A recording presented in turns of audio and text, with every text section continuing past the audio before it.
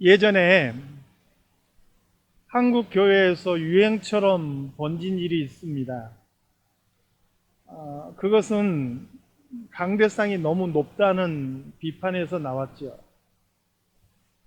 강대상이 너무 높아서 마치 목사들이 너무 권위적으로 보인다라는 비판 때문에 좀 더 겸손하고 또 교인들이 접근하기 편한 그런 강대상의 모습을 위해서 강대상의 높이를 아주 대폭 낮춘 그런 적이 있습니다. 심지어는 아예 강대상 자체를 없애버리고 무대처럼 만들고 목회자가 설교할 때는 간단한 그런 강단 하나 세팅해 놓고 그렇게 설교하기도 했죠. 그런데 우리가 한 가지 오해하지 말아야 될 게 있습니다. 전통 교회가 강대상이 높았던 이유는 목사의 권위를 높이기 위해서가 아니라는 거죠. 지금도 미국 내에서 오래된 전통적인 교회를 가보면 강대상이 높은 정도가 아니라 까마득하다고 느껴질 만큼 그렇게 높은 곳에 위치하고 있는 것을 보게 됩니다.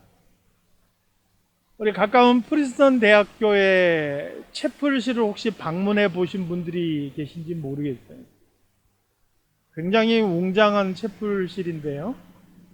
거기 들어가 보면 거기에 설교단도요, 굉장히 높이 세팅되어 있는 것을 볼 수가 있습니다.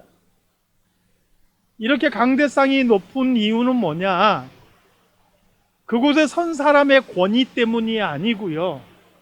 바로 그곳에서 선포되는 하나님의 말씀에 대한 권위 때문에 그렇습니다. 그 강대상에서 선포된 하나님의 말씀에 대한 그 권위와 그 말씀에 대한 경외심을 표현하기 위해서 강대상을 높였다는 거예요. 1517년 마르틴 루터가 종교개혁을 일으켰죠. 당시 로마 카톨릭에는 수많은 부패가 만연해 있었습니다. 그 부패의 핵심에는 무엇이 있었는가? 정말 많은 부정부패들이 있었는데요. 그 모든 부정부패의 가장 핵심에는 사제주의라는 그런 의식이 있었습니다. 사제들이 또 사제의 정점에 서 있는 로마의 교황이 비카리우스 필리데오, 신의 아들의 대리자라고 칭했어요. 교황이 신의 아들의 대리자로서 신의 권위를 갖게 된 것이죠.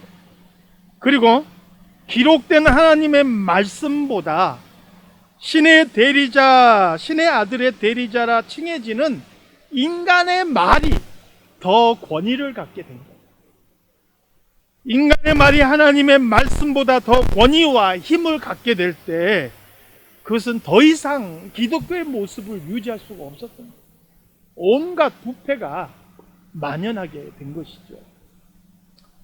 마르틴 루터는 하나님의 말씀 속에서 인간의 말이 아니고 인간이 만든 전통이나 인간이 만든 문화가 아니고 하나님의 말씀 속에서 참된 인간의 구원의 길을 발견하게 되죠.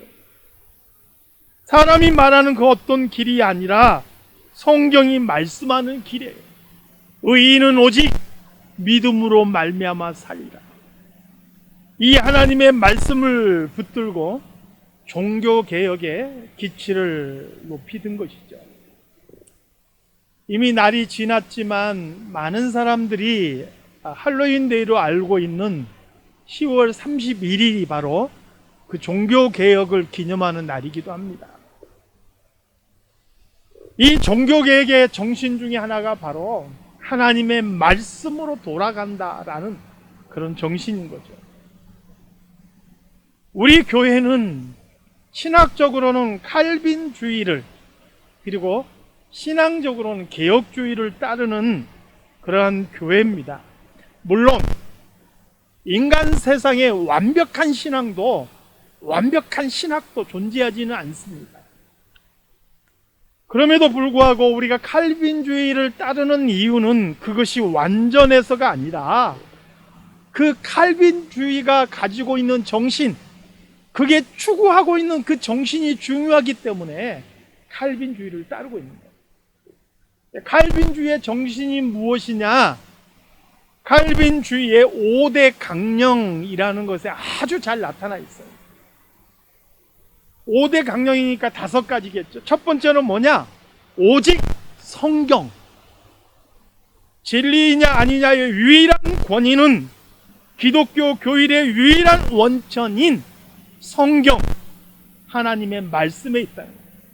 두 번째는 오직 그리스도.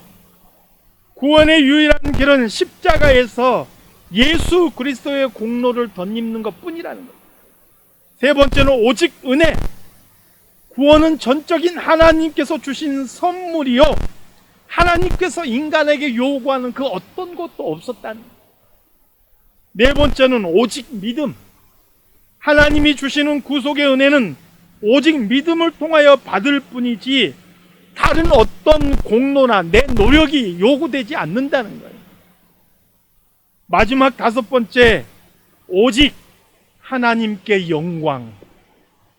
구원은 하나님이 시작하고 하나님께서 완성하시는 일이기 때문에 인간은 거기에 참여하는 부분이 하나도 없다는 거예요. 오직 하나님만이 영광을 받으셔야 한다는 것이죠. 이 모든 것의 가장 중심에 선 기준이 뭐냐? 바로 하나님의 말씀인 것이죠. 오직 성경. 그래서 화단의 아브라함 카이퍼는 칼빈주의는 신학 체계가 아니라 우리 신앙의 삶의 체계이다, 이렇게 선언하기도 합니다. 우리 삶의 가장 중심에 하나님의 말씀이 서 있어야 됩니다. 이게 칼빈주의와 개혁주의를 따르는 우리들의 가장 중요한 모토인 것이죠. 이스라엘 백성들이 왜 그토록 쉽게 하나님을 떠나서 우상의 길로 빠졌는가? 왜 그토록 하나님께서 그들에게 이루신 일들이 있는데 그들이 보고 들었음에도 불구하고 쉽게 하나님을 떠났는가? 하나님의 말씀을 그들이 바로 알지 못했기 때문이다. 신명기 6장 4절에서 9절 말씀에 보면 하나님께서 이렇게 명령하시죠. 이스라엘아 들으라. 우리 하나님 여호와는 오직 유일한 하나님이시니 너는 마음을 다하고 뜻을 다하고 힘을 다하여 내 하나님 여호와를 사랑하라. 오늘 내가 내게 명하는 이 말씀을 너는 마음에 새기고 내 자녀에게 부지런히 가르치며 집에 앉았을 때든지 길을 갈 때든지 누워 있을 때든지 일어날 때든지 이 말씀을 강론할 것이며 너는 또 그것을 내 손목에 메어 기호를 삼으며 내 미간에 붙여 표를 삼고 또 내 집 문설주와 바깥문에 기록할지니라. 말이 굉장히 길지만 한마디로 말하면 내 뼈에 새기고 내 마음에 새기라. 무엇을요? 하나님의 말씀. 잊지 말라는 거예요. 하나님께서 너에게 베푸신 은혜가 무엇인지, 그분이 우리에게 원하시는 게 무엇인지, 그분이 무엇을 기뻐하시는지 잊지 말고 마음에 새기고 기억하라, 이 말씀인 거예요. 그럼에도 불구하고 이스라엘 백성들은 하나님의 말씀을 가까이 하지 않아요. 그들이 하나님의 말씀을 잊어버리고 하나님의 뜻이 무엇인지 분별하지 못할 때 너무나 쉽게 우상의 길로 빠지고 죄의 길로 빠진 것을 보게 돼요. 당연하죠. 하나님의 뜻을 모르니까 그것이 하나님의 뜻과 얼마나 어긋난지 모르고 그냥 그 길로 달려가는 거죠. 그래서 호세아 선지자를 통해서 하나님께서는 이렇게 탄식하시죠. 내 백성이 지식이 없으므로 망하는도다. 오늘 본문은요, 제가 여러 번 설교했던 말씀이에요. 우리 목사님 왜 또 저 말씀 붙들고 서셨나 생각하실 정도로 제가 정말 많이 강조했던 말씀이기 때문에 그만큼 중요한 말씀이에요. 이스라엘 백성들이 수문 앞 광장에 모여서 학사 에스라를 초청합니다. 에스라는 그날을 위해서 특별히 만든 나무 강단에 서지요. 그가 율법책을 펼칠 때 모든 백성들이 그 자리에서 일어섭니다. 에스라를 존경하는 마음 때문에 일어선 게 아니에요. 하나님의 말씀에 대한 경외감 때문에 일어선 거예요. 제가 아까 서두에 그 말씀 드렸죠. 목사의 권위 때문에 강대상이 높은 게 아니라 그곳에서 선포되는 하나님의 말씀의 권위 때문에 강대상이 높았다고. 에스라라는 사람의 존경심 때문에 백성들이 일어선 게 아닌 거예요. 하나님의 말씀의 권위 앞에 일어선 거예요. 사랑하는 성도 여러분, 오늘 우리에게 주어진 하나님의 말씀의 권위, 그 말씀의 권위를 인정하고 그 말씀을 경외할 수 있는 저와 여러분이 다 되시기를 우리 주님의 이름으로 축원합니다. 에스라가 말씀을 한 구절 한 구절 읽고 하나님의 이름을 송축할 때마다 백성들이 손을 들고 아멘, 아멘 이렇게 화답하는 것을 보게 됩니다. 오늘 본문 말씀에 보면요, 그 회중 중에는 율법책의 내용이 낭독이 되지만 그것을 깨닫지 못하는 백성들도 있었어요. 그때는 백성의 지도자들 중 특별히 레위 사람들 중에서 하나님의 율법에 능통한 사람들이 백성들 사이사이에 서 있어서 그 낭독한 말씀을 자세하게 풀어서 설명해 주는 거예요. 백성들이 그것을 깨달을 수 있도록 말씀을 가르쳐 주는 거예요. 그래서 백성들이 그 낭독하는 말씀을 다 깨닫게 해주는 거예요. 그리고 오늘 본문 9절 말씀에 보면 뭐라고 이야기합니까? 백성들이 율법의 말씀을 듣고 우니라 이렇게 기록하고 있어요. 왜 그들이 율법의 말씀을 듣고 웁니까? 하나님의 말씀을 들으니까 그 말씀의 거울에 우리 자신들을 비추어 보니까 왜 그들의 나라가 망하게 됐는지, 왜 바벨론 포로로 끌려가게 됐는지, 왜 이런 고통이 우리들에게 왔는지를 깨닫게 된 거예요. 하나님께서 그들에게 베푸신 은혜가 무엇인지도, 그럼에도 불구하고 그들이 어떻게 하나님을 떠났고 범죄했는지도 하나님의 말씀을 들여다 보니까 그때서야 깨닫게 됩니다. 그러니까 그 마음속에 안타까움, 그 고통 때문에 눈물을 흘리게 되었다 하는 것이죠. 바로 이때 느헤미야가 백성들에게 권합니다. 너희는 가서 살진 것을 먹고 단 것을 마시되 준비하지 못한 자에게는 나누어 주라. 이날은 우리 주의 성일이니 근심하지 말라. 여호와로 인하여 기뻐하는 것이 너희의 힘이니라. 이렇게 권하죠. 이에 백성들이 가서 먹고 마시고 음식이 준비되지 않는 사람들에게는 함께 나누어 줍니다. 우리가 지금 주일날 친교하지 못하고 있는데요, 친교하면서 서로 음식을 나누는 것도 굉장히 의미가 있는 거예요. 성도들이 서로 주 안에서 교통하는 아주 중요한 일들인 것도. 그리고 그들이 크게 즐거워했는데 그 즐거움의 배경을 성경은 이렇게 우리에게 소개하고 있는 거예요. 이는 그들이 그 읽어 들려준 말을 밝히 알미라. 하나님의 말씀을 들었더니 내 부족한 것, 내 죄와 내 허물을 깨닫게 돼요. 회개의 눈물이 나오게 되는 것이죠. 그러나 한편 하나님의 말씀을 읽게 되니까 또 그 말씀을 듣고 깨닫게 되니까 그 말씀이 주는 영적인 기쁨이 있는 거예요. 그래서 또 그 안에 즐거움이 있게 되더라 하는 것이죠. 오늘 본문 이후의 말씀에서는 말씀에 따라 초막절을 지키는 장면도 나오게 됩니다.